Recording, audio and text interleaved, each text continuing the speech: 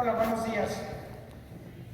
Pues bueno, vamos a empezar con las lecturas del día de hoy.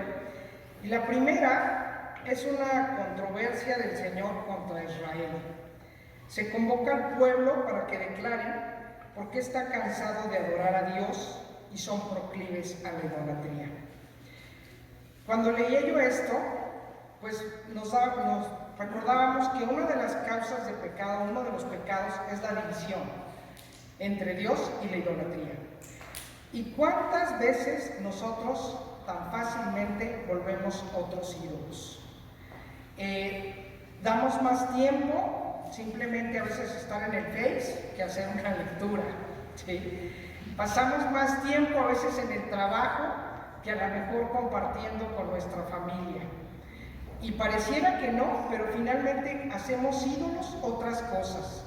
Ya no hablamos del dinero, estas personas que de alguna manera todo el tiempo se desgastan para ver cuánto dinero consiguen, cuántos bienes materiales, cuántas riquezas pueden tener. Con facilidad nosotros hacemos lo mismo que el pueblo de Israel.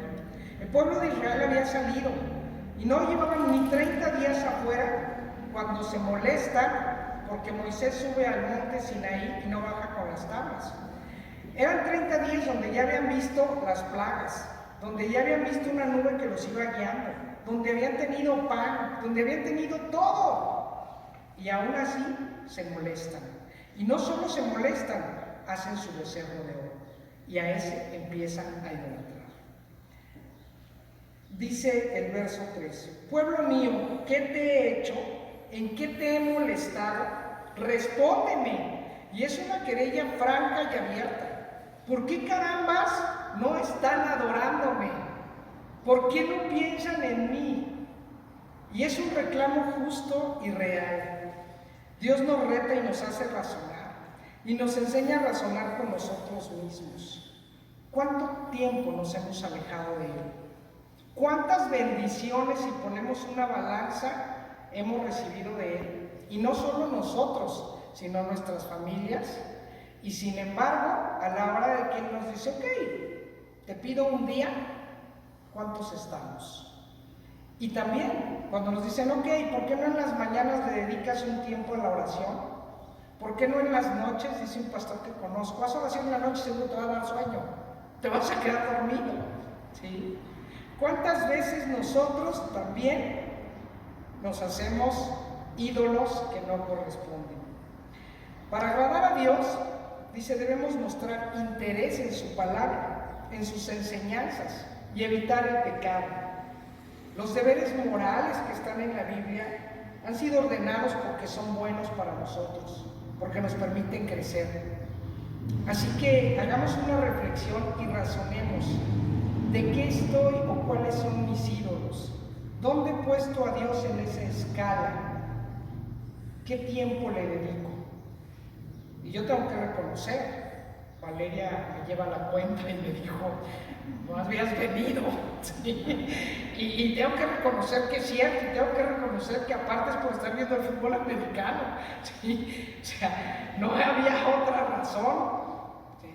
Y a lo mejor me justifico diciendo, bueno, la temporada dura poco, ya se va a acabar, ya, hoy falta uno y el 12 es el último, pero finalmente, ¿cómo nos perdemos y qué fácil nos perdemos?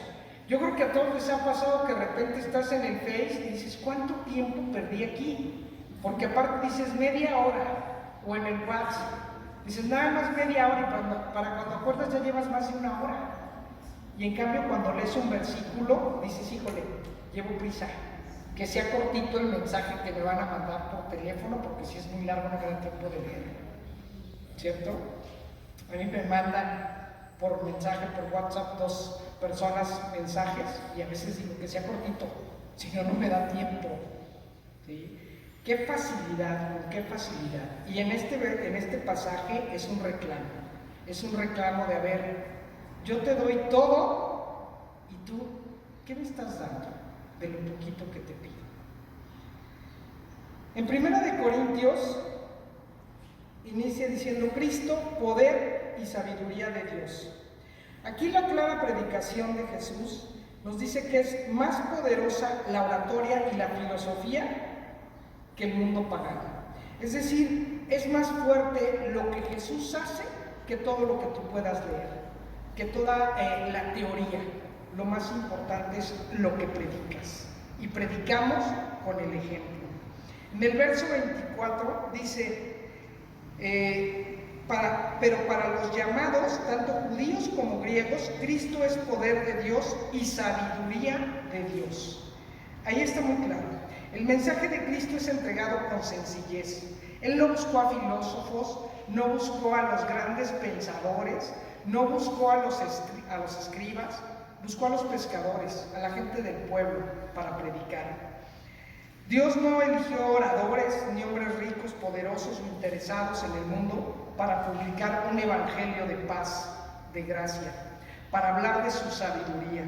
Dice el verso 21, porque Dios no permitió que el mundo lo conociera mediante la sabiduría, sino que dispuso salvar a los creyentes por la locura de la predicación. Hay un rockero que se llama, se me fue el nombre, Renegado, se me fue el nombre ahorita de él, pero tiene una canción que se llama La locura de la predicación. Y yo cuando la escuché la primera vez dije, ¿por qué le llama así, no?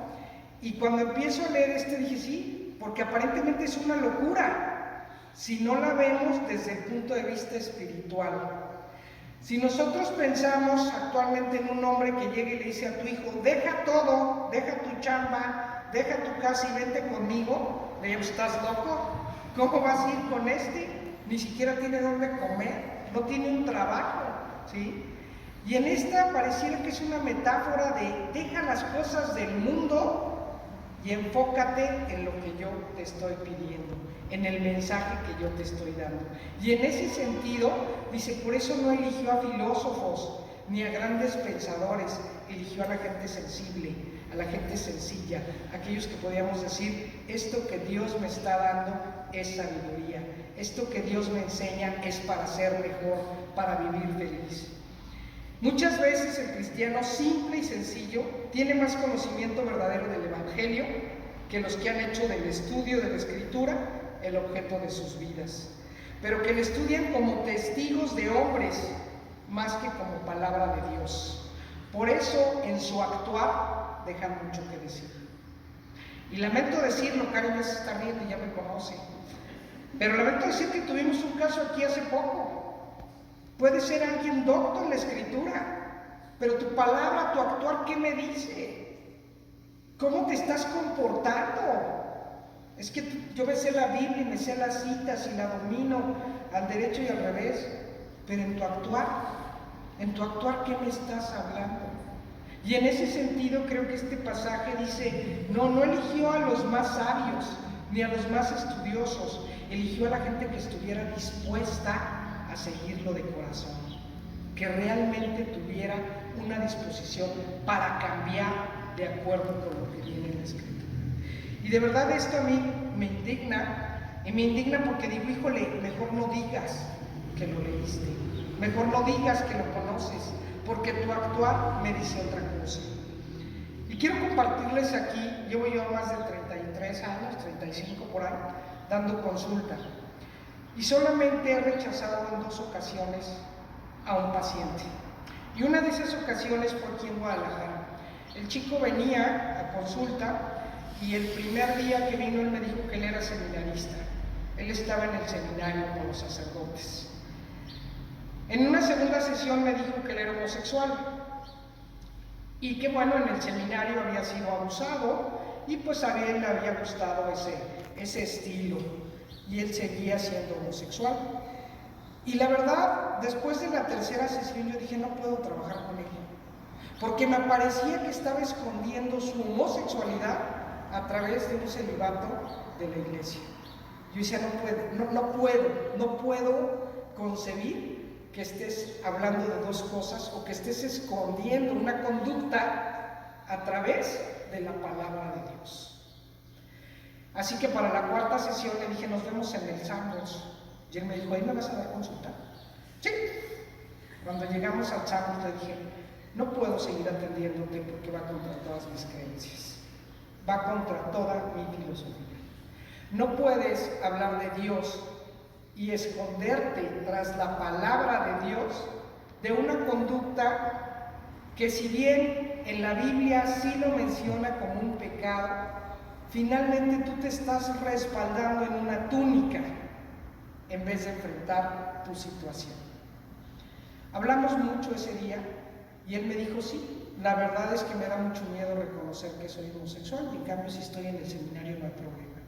Nadie me pregunta si tengo novia o no tengo novia, si tengo vida sexual o no, porque estoy dentro del seminario.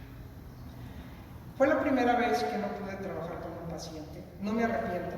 Él tiempo después me dijo: ¿sabes qué? Me lo encontré en una tienda, me vino a saludar con mucho gusto y me dijo: después de esa plática reflexioné mucho y dejé el seminario. Dejé el seminario porque era injusto estarme escondiendo tras la palabra. Y creo que ese ejemplo, cuando leía yo las escrituras esta vez, decía yo: es cierto, ¿no? Muchas veces podemos decir: sí lo sé, lo conozco, pero mi actuar, mi forma de comportarme con los demás, dices: híjole, te estás escondiendo diciendo que eres cristiano, y aún así justificas muchas conductas que yo creo que Cristo diría: no te hagas. O sea, a ver, es neta, te dije esto y haces esto. O sea, y lo tienes ahí escrito y estás actuando de otra forma y lo sabes. Y en esta parte creo que en este pasaje dice: Dios te da la sabiduría para razonar contigo mismo. No te engañes a ti mismo. Dios, por su misericordia, a través de su palabra y de su espíritu, nos da el don de recibir tesoros de sabiduría y conocimiento, los cuales nos harán sabios, no para salvación ni para presumirlo, sino para estar aptos para el servicio que seamos llamados, para que los utilicemos para servir para la gloria de Dios. No tengamos miedo de servir a Dios, de hablar de su palabra, porque Él nos da la sabiduría necesaria para cada situación. Cuando a mí me pidieron la primera vez hacer esto, dije: Dios mío, dame la capacidad. Y hago un escrito y lo analizo, pero cuando estoy aquí vienen otras cosas y son las que voy compartiendo. Llevo una guía, porque si llevo una guía, si no, me pierdo. Hablo hasta por los codos, quien ya me conoce lo sabe. Entonces necesito una guía. Pero en esta parte creo que cuando nosotros decimos: Dios, dame la sabiduría para responder lo que debo, no lo que yo quiero, sino lo que tú me estás enseñando a responder. Dame la capacidad para enfrentar las cosas no como yo quiero, no como a mí me acomoda, no como a mí me conviene, sino como tú me estás diciendo que se debe hacer. Y se debe hacer así, ¿por qué? Porque de esa forma yo doy gracias a ti, glorifico tu nombre y también recibo un gran galardón: ser feliz, estar satisfecha, tener una paz conmigo mismo. No puedo creer que alguien que hizo daño y después dice: sí, perdón, ya va, esté en paz consigo mismo. Tiene que haber un arrepentimiento real, un cambio. De nada sirve pedir 20 perdones si vuelvo a hacer lo mismo y lo vuelvo a hacer, y al cabo el domingo voy y pido perdón. No, así no funciona. El Salmo 15 dice: para habitar en el monte de Dios, Salmo de David. Este salmo es claro y nos dice sin rodeos cómo debemos comportarnos para la honra y gloria de Dios. Y voy a destacar aquí dos puntos que me llamaron mucho la atención cuando leí el salmo, que aparte me encantó. Ya lo había leído, pero leerlo poniéndole atención real es otro asunto, ¿verdad? Y una de ellas está en el verso 2, dice: el que es sincero consigo mismo. Y este punto tiene que ver con la parte anterior, ser sincero contigo mismo. Dice: ese es el que va a poder entrar al cielo, que va a poder estar con Dios. ¿Por qué? Porque resulta muy difícil ser sincero con uno mismo. Yo puedo, y los niños me encantan porque los niños dicen mentiras, y yo era sumamente mentirosa, no está aquí mi madre ni mis hermanas para dar fe de ello, pero yo era tremendamente mentirosa, tenía una imaginación increíble y eso hacía que yo inventara muchas cosas. Cuando cumplí por ahí, pero mi mamá, digo, finalmente mi madre, después de que yo le contaba una historia, ella me decía, ¿verdad o mentirita? Y yo le decía, mentirita. Ah, qué impacto, ¿sí? O sea, ella sabía, y yo también sabía que era mentira, ¿sí? Conforme fui creciendo, me acuerdo que una vez una amiga dijo, me decía chaparra por obvias razones en la primaria, y entonces hasta en la secundaria, y mi amiga les dijo, no le crean la chaparra, de lo que les dice creer en la mitad, la otra mitad la inventa. Yo dije, wow, ya me van a hacer la fama de que invento. De hecho, mucha crema a mis tacos, diríamos ahora, ¿no? Le pongo sabor. Y desde ese día dije, ajustate a la verdad aunque no sea muy atractiva. Trata de decir las cosas como son. Y en este sentido, el ser sincero con uno mismo es crucial para una salud física, mental y también espiritual. Y ser sincero con uno mismo es de lo más difícil, porque yo puedo dar una imagen y esa imagen me la compra mucha gente, pero yo sé lo que estoy haciendo, yo sé quién soy. Cuando alguien a mí me dice, no, es que no sabe lo que está haciendo, no me digas eso. Yo trabajo con niños especiales y hasta el niño con discapacidad sabe cuando está haciendo algo que no debe hacer. Ese es ser sincero contigo mismo. Dice, este punto es crucial para la armonía intrínseca y extrínseca. ¿Cómo puedo tener paz conmigo si no soy sincera conmigo misma? ¿Cómo puedo tener paz con los demás si sé que estoy vendiendo una cara que no es? ¿Cómo puedo estar bien con Dios si no soy capaz de decirle, Dios mío, perdóname, me equivoqué, ayúdame? ¿Sí? Y no decir, como decía el fariseo, yo no tengo ningún pecado. A ver, sé sincero contigo mismo. A lo mejor tu pecado es que eres soberbio y crees que no tienes ningún pecado. Casualmente caíste en otro. El segundo punto está en el verso 4 y dice, el que cumple sus promesas aunque salga perjudicado. Y aquí me remito al mandamiento que está en Éxodo 27. No tomarás el nombre de Jehová tu Dios en vano, porque no dará por inocente Jehová al que tomare su nombre en vano. El verso hace énfasis a la importancia de cumplir lo que prometemos. Esto nos hace confiables y promueve la confianza de los otros. Nos invita a recordar que Dios es fiel. Le decía yo a Angélica que quería el himno de tu fidelidad es grande, porque no importa lo que hagas, Dios es fiel. Lo que viene en su palabra es un hecho. Tú puedes decir, a mí no me ha tocado.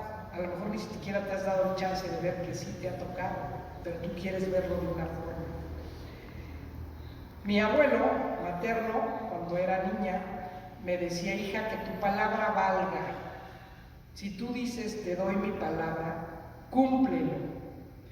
Cuando a mí me veía yo este mandamiento de niña, pues con las monjas vi muchas cosas, y entre ellas este mandamiento, yo decía, cuando alguien me decía, ¿lo juras? Yo decía, no puedo usar el nombre de Jehová en vano. Y entonces me decían, entonces no lo vas a cumplir. No te garantizo. ¿Sí? Finalmente dejé de ocupar siempre, y a la fecha no me gusta que la gente me diga, te juro por Dios. No. Fíjate lo grande que es decirme, te juro por Dios. Porque la Biblia lo dice. Dios no tomará por inocente al que tomare su nombre en vano. Y en esta parte es, sé confiable, que tu palabra valga, aunque salgas perjudicado. ¿Cuántas veces usamos y decimos, te lo prometo, y no lo cumplimos? Y aquí nos dice, hey, Dios te está pidiendo, ¿quieres llegar a estar acá conmigo? Primero, conócete a ti mismo, da otras cuantas cosas, sigue mi palabra, pero también dice, si dices algo, cúmplelo. Y la confianza es increíble porque hay un modelo que se llama disciplina con dignidad para educar a los niños, y en ese modelo habla de que pongas consecuencias, y la consecuencia es decirle al niño lo que va a pasar, si hace o no hace una conducta. Y en este modelo yo le digo a los papás, lo principal es que el niño confíe en ti, que tú te vuelvas una persona confiable. Si tú le dices, no vas a ir, y a la mera vez dices, ay, pobrecito, bueno, le doy chance, ya no sirvió de nada. Dejaste de ser confiable. Pero aparte lo más maravilloso es que cuando el niño confía en ti, aprende a confiar en él. Porque dice, ok, y ustedes piénsenlo, cuando alguien te dice, oye, ¿te puedes encargar de esto? Confío en ti, es como que, wow, soy alguien digno de confianza. Y te esfuerzas por hacerlo bien porque están confiando en ti. Y aprendes a desarrollar seguridad. La confianza es algo maravilloso. Y Dios nos dice, yo confío en ti. ¿Y qué hacemos nosotros? ¿Cuántas veces le decimos, bueno, espera un momento, ahorita después de esto te respondo como debería de ser? Se nos olvida. En esta parte he intentado vivir bajo el principio y es difícil a veces cumplir la promesa, pero también he aprendido que tengo que fijarme qué prometo para poder cumplirlo, porque a veces también prometemos muchas cosas y muchas de las cuales no están en nuestras manos, sino en el poder de Dios. Y Él sí es fiel. Dice el himno, tu fidelidad es grande, no importa lo que nosotros hagamos, Él es fiel. La tercera es en Mateo 5, el Sermón del Monte, y con este iríamos cerrando. El Sermón del Monte de las Bienaventuranzas. Y bienaventurado, aunque yo sabía que era algo así como buena fortuna, investigué un poquito y dice, suertudo, afortunado, lleva el sufijo ado, bienaventurado, que se implica la acción de la palabra bien y la palabra aventura, o sea, algo bueno, ¿sí? Y aquí les voy a compartir algo, este sermón, ustedes saben que yo estudié con los padres del Espíritu Santo en la preparatoria, y la primera vez que me fui de retiro, yo le dije al padre, oiga padre, yo soy cristiana, y él me dijo, si tú no tienes problema, yo tampoco, yo también soy cristiano.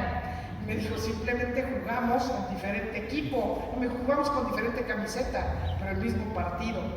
Digo, así que yo no tengo ningún problema en que vengas de retiro con nosotros. Y fui al retiro, y el tema fue el sermón de la montaña, las bienaventuranzas. Y obviamente creo que ahí, porque aparte, parte de las bienaventuranzas, el padre las leyó en un monte, en un cerro, la Peña de Bernal, ahí en Valle de Bravo, así que fue muy simbólico. Y creo que fue un contacto, a pesar de que yo crecí en la iglesia, fue un contacto muy significativo donde yo dije, Dios mío, de verdad, mi vida está completamente en tus manos. Y lo he tenido que ir ratificando a través de los años. Cuando llegué a esta iglesia y vi ese mural, volví a acordarme del sermón del monte, las bienaventuranzas. Y obviamente dije, bueno, esta es mi iglesia.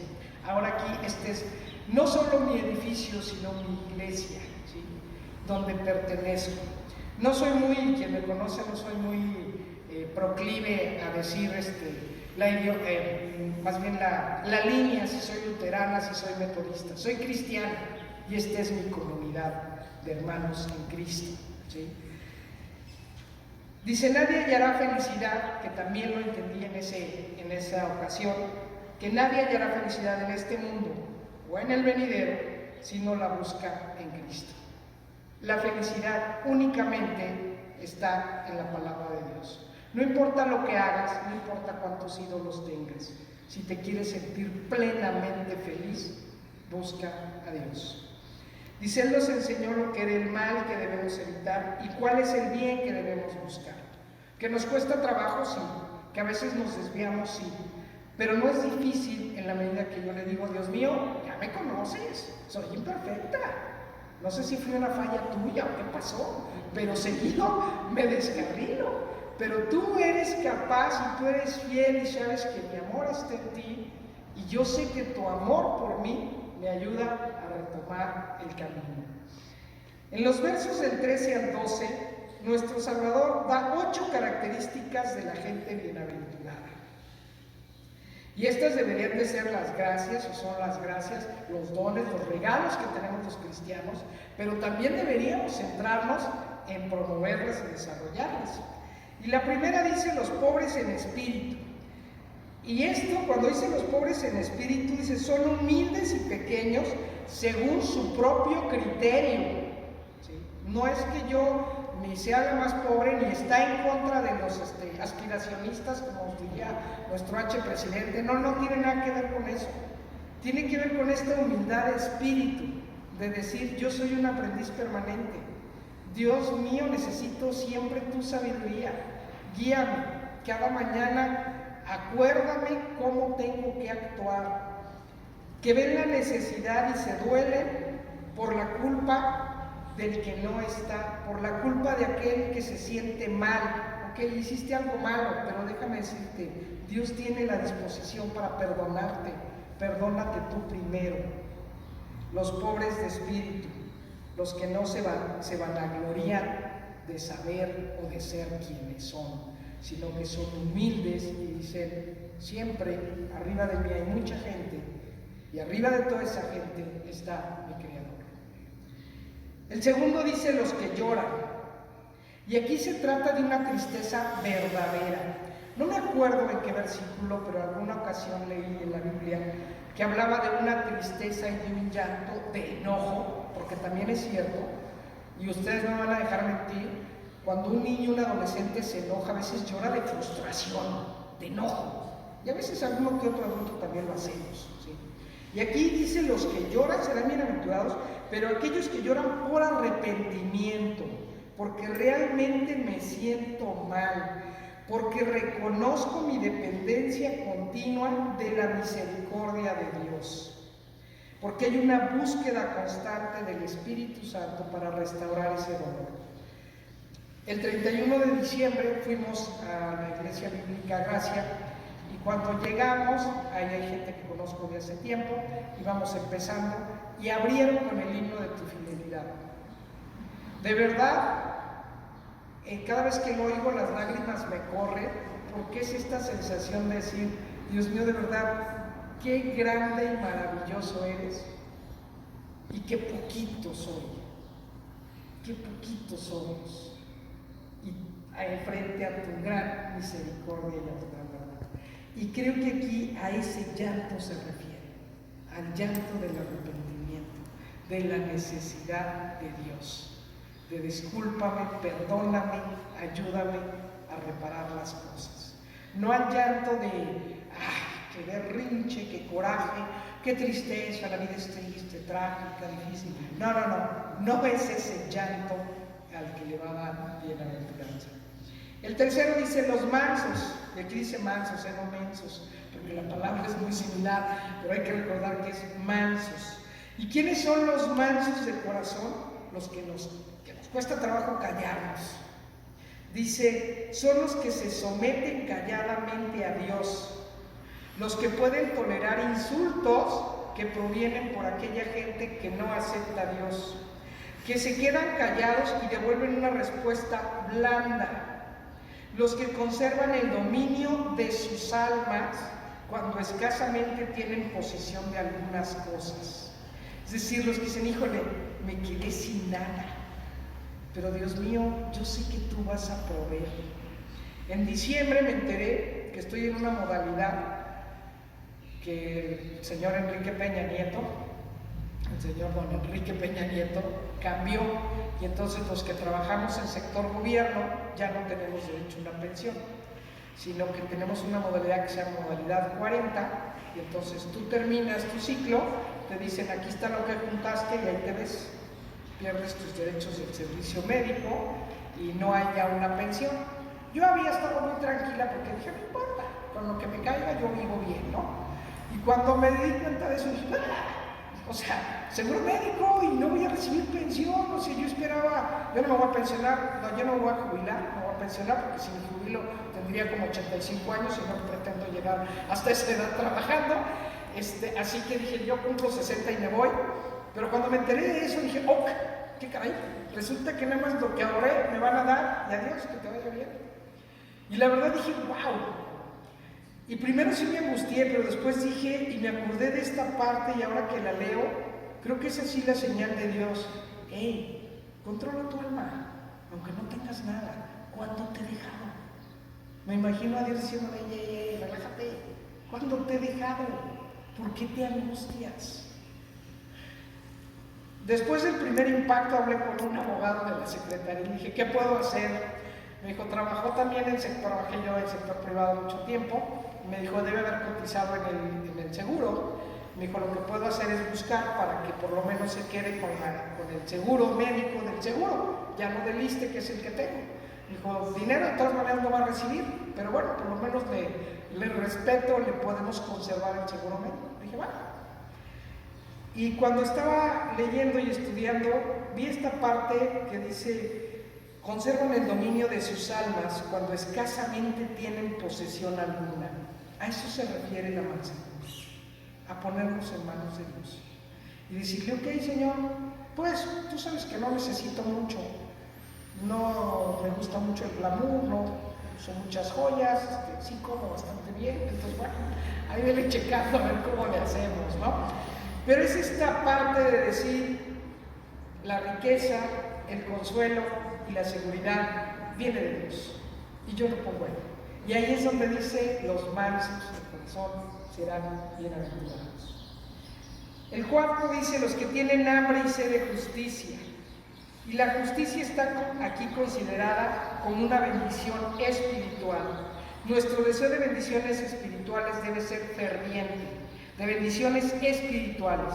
Dame sabiduría, dame paz, dame mansedumbre, dame tolerancia. Enséñame a ser humilde, ¿sí? En ese sentido, enséñame a ser justo, ¿sí? El Creador jamás abandona su creación, jamás la deja, siempre está al pendiente de nosotros. Y en esta parte dice, el que tiene hambre y sed de justicia, es no solamente la justicia conmigo, o como entendemos a veces, es que no es justo. Pues hay muchas cosas que no son justas, pero son necesarias, ¿sí? Nosotros en educación especial, y ahorita en la educación se habla de educación inclusiva, y cuando yo les digo, este niño necesita entrar a un centro de atención múltiple, es decir, una escuela especial, me dicen, está siendo excluyente. No, estoy procurando que el niño tenga lo que necesita, no lo que yo quiero dar, porque entendemos a veces como justicia que todos tengamos lo mismo. No todos necesitamos lo mismo. Yo a veces digo, y hace poco hice una burrada y perdí dinero por una burrada, no me contuve, me ganó la ambición, y curiosamente en mi interior una voz me decía, te está ganando la ambición, te está ganando la ambición, te está ganando, y yo seguía apostando y perdí. Y después dije, claro, ¿por qué creía yo que me iba a llegar el dinero tan fácil? ¿Qué hubiera hecho yo con él? ¿Sí? Dicen por ahí, Dios no le da las a los alacranes, ¿no?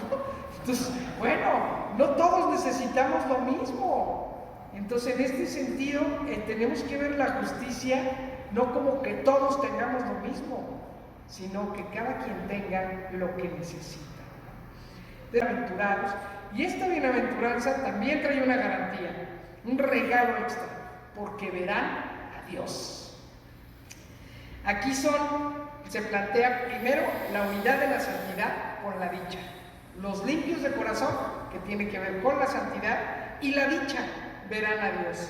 Los corazones deben ser purificados por la fe y mantenidos, ¿para quién? Para Dios, ¿sí? Crea en mí, dice el verso, oh Dios, un corazón limpio, ¿sí? Así nos dice la Escritura, crea en mí un corazón limpio.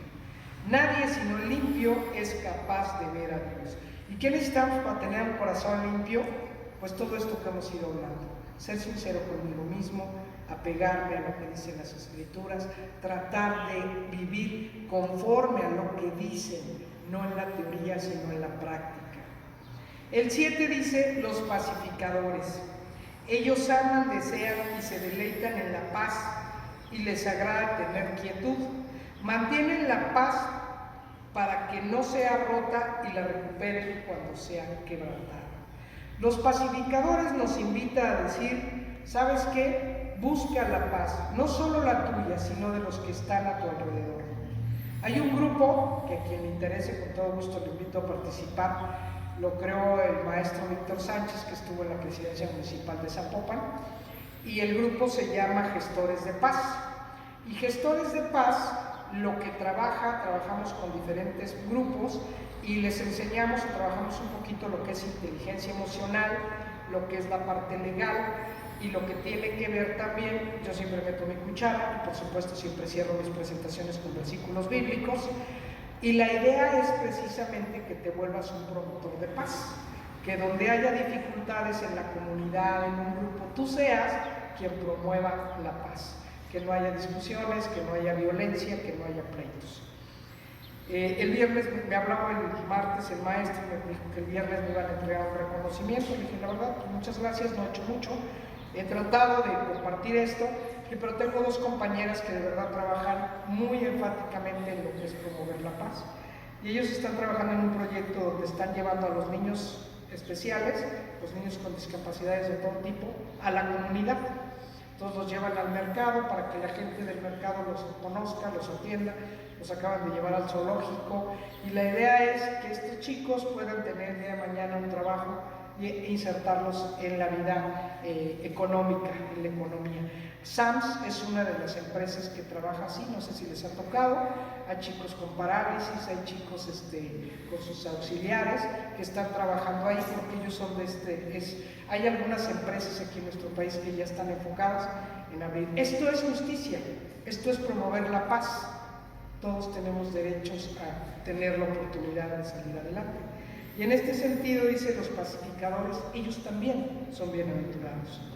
Y la última bienaventuranza dice, los que son perseguidos por causa de la justicia. ¿Sí? Porque muchas veces cuando haces justicia, eres señalado, eres perseguido. Dice, este dicho es peculiar del cristiano y se enfatiza con mayor intensidad para todos los demás. Muchas veces cuando hablamos, y creo que a mí nada me ha pasado afortunadamente, gracias a Dios, con una compañera que ya les compartí cuando yo quise hablar de Dios, me dijo, no, aquí no puedes hacer eso. ¿Cómo? ¿Por qué no? ¿Sí? Sigo participando con los claretianos, ahí en YouTube hay una página que es de los claretianos y los jueves participo en un grupo, se llama Palabra y Vida. Ellos tienen la idea, estuve platicando con el padre que lo dirige, y ellos tienen la idea del Papa Francisco ahora, en uno de los concilios que acaba de haber, él dice que hay que promover la iglesia ecuménica y que hay que unir a los cristianos, independientemente de su, se me fue la palabra, de su denominación, gracias Anita, de su denominación, porque dice, los cristianos tenemos que hacernos más fuertes y promover la palabra, no desde la parte teórica, sino desde que la gente se acerque y lea y se acerque a Dios. Y en este sentido, dice, bienaventurados los que son perseguidos por causa de promover la palabra, de promover la justicia. Dice, vamos a vivir sufrimiento, sí, muchas veces a lo mejor vamos a ser juzgados, pero Dios siempre está con nosotros, nunca nos abandona. Vinieron antes de ustedes. El bien que Dios requiere de nosotros es amarlo a Él y seguir su palabra. No nos pide nada más. Ámame y sigue mi palabra. Y los que conocemos la palabra sabemos que lo que está ahí escrito es para bien de nosotros. No solo para gloria y honra de Dios, sino que también es un bien para nosotros. Es una ganancia para nosotros. Voy a cerrar con una oración, inclinamos nuestro rostro, dice, bendito Jesús, cuán diferentes son tus máximas de las de los hombres de este mundo. Ellos llaman dichoso al orgullo y admiran al alegre, al rico, al poderoso y al victorioso. Nos olvidamos con facilidad de tus dádivas y buscamos la sabiduría en el mundo. Permítenos buscar y alabar tu misericordia, Señor, que podamos ser reconocidos como tus hijos y herederos de tu reino. Y con estas certezas y esperanzas podamos dar la bienvenida con alegría a las circunstancias, sin importar si son difíciles o dolorosas, sabiendo que tú nos das la sabiduría para enfrentarlas. Que en nuestra boca siempre esté el agradecimiento, Señor, por todas tus dádivas y tus misericordias.